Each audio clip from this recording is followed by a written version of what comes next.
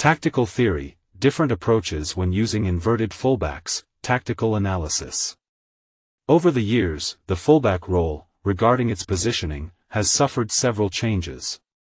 A few decades ago, the fullback's main function was to support the team defensively, helping to not concede any goals. Only after the team was assured defensively, the fullback was allowed to intervene in the offensive process. However, some teams began to use their fullbacks as players that were able to support the attack. In other words, the fullbacks started to position themselves wide open in more advanced areas. With this kind of positioning, not only can they force the opposite team to drop their own defensive line, but also it allows the wide defender to link up with the winger, midfielders, and more importantly the striker, through more precise crosses. Yet, there is a relatively recent tactical current regarding the fullback's positioning, called inverted fullbacks. This role was primarily conducted by Johan Cruyff in Barcelona, but was Pep Guardiola the one who took these tactics into modern football, especially in teams like Bayern Munich and Manchester City. However, with some variations as we are going to see further, this kind of positioning basically consists of the player positioning himself in the middle as a second midfielder, helping the team to dominate the midfield area. While, defensively, everything goes back to normal with the player dropping back into the back line of four. In order to succeed in this kind of function, one must have a very good understanding of this tactical theory, so that it can be possible to perform well inside or out wide. Besides that, excellent technical quality is also needed either to break lines and make simple short passes or to dribble past opponents. For instance, at Bayern, Pep had some outstanding players who met those requirements like Philipp Lahm, David Alaba, and even Joshua Kimmich. Although other coaches also started to play with inverted fullbacks, they made their own analysis and adapted it to their own game model, creating some different approaches.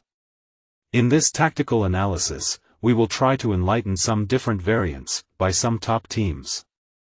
Arsenal. Let's start with the current leaders in the Premier League, Mikel Arteta's Arsenal.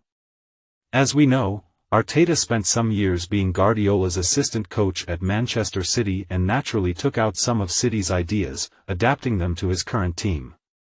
One of them is the necessity for having the ball as long as possible to hurt the opposition, and the use of inverted fullbacks is a good tool for that, simply because it gives more strength to the midfield.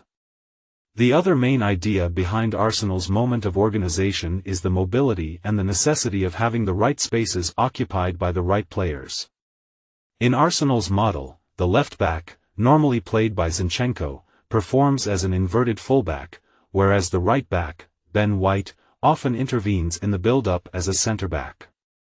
So, Arsenal has two main build-up structures, with three men, composed of Gabriel, Saliba/Holding and Ben White, and with two men, Saliba/Holding and Gabriel.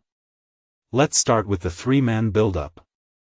As we can see below in the figure, Tierney explores the space inside, giving the flank to Martinelli, Gabriel Jesus, or Granit Xhaka.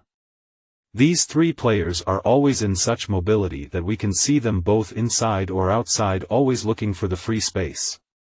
This kind of mobility misguides the opposite team's pressing plan and it creates even more space to play in the organization.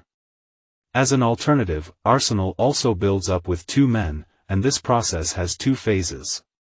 Firstly, Gabriel and Holding or Saliba, currently injured, stay at the back, relatively wide, and both Tierney and Ben White are also wide open, creating free space. However, Arsenal are a very flexible team regarding positioning, and suddenly, as shown below, Tierney searches for space inside, changing his teammates' placements on the field. Martinelli drops deeper on the pitch, giving a solution near Gabriel and Xhaka, and Odegaard looks for space deeper between the lines. Besides that, there are moments where Xhaka offers a solution behind Martinelli, who is no longer deep on the field. Liverpool.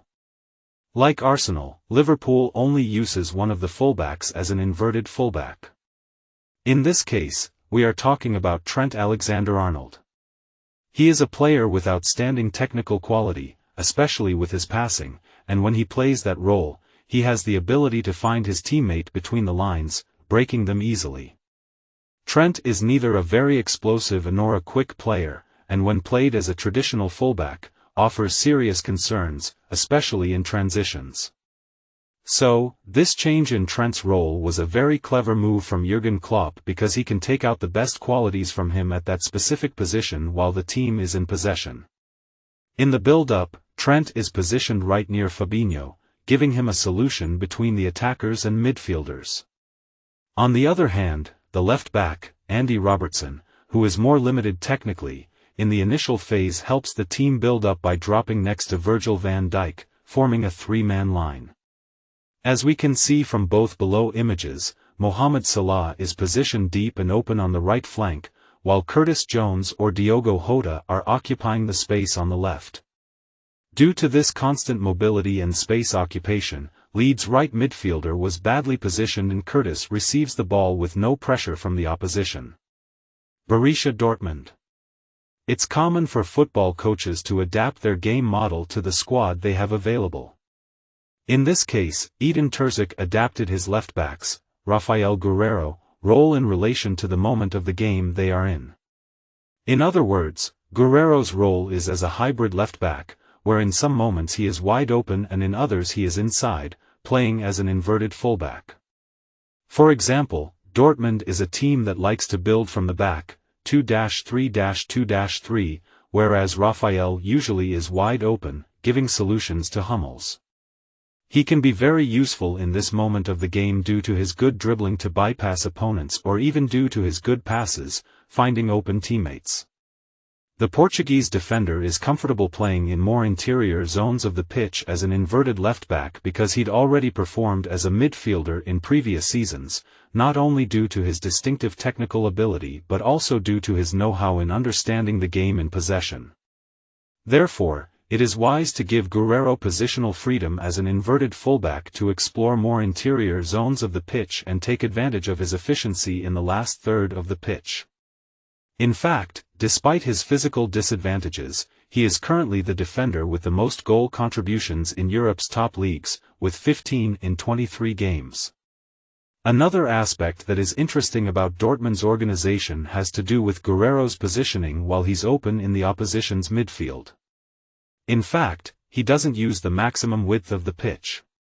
Instead, he positions himself in the half space between the midfielders and the wingers' sectors.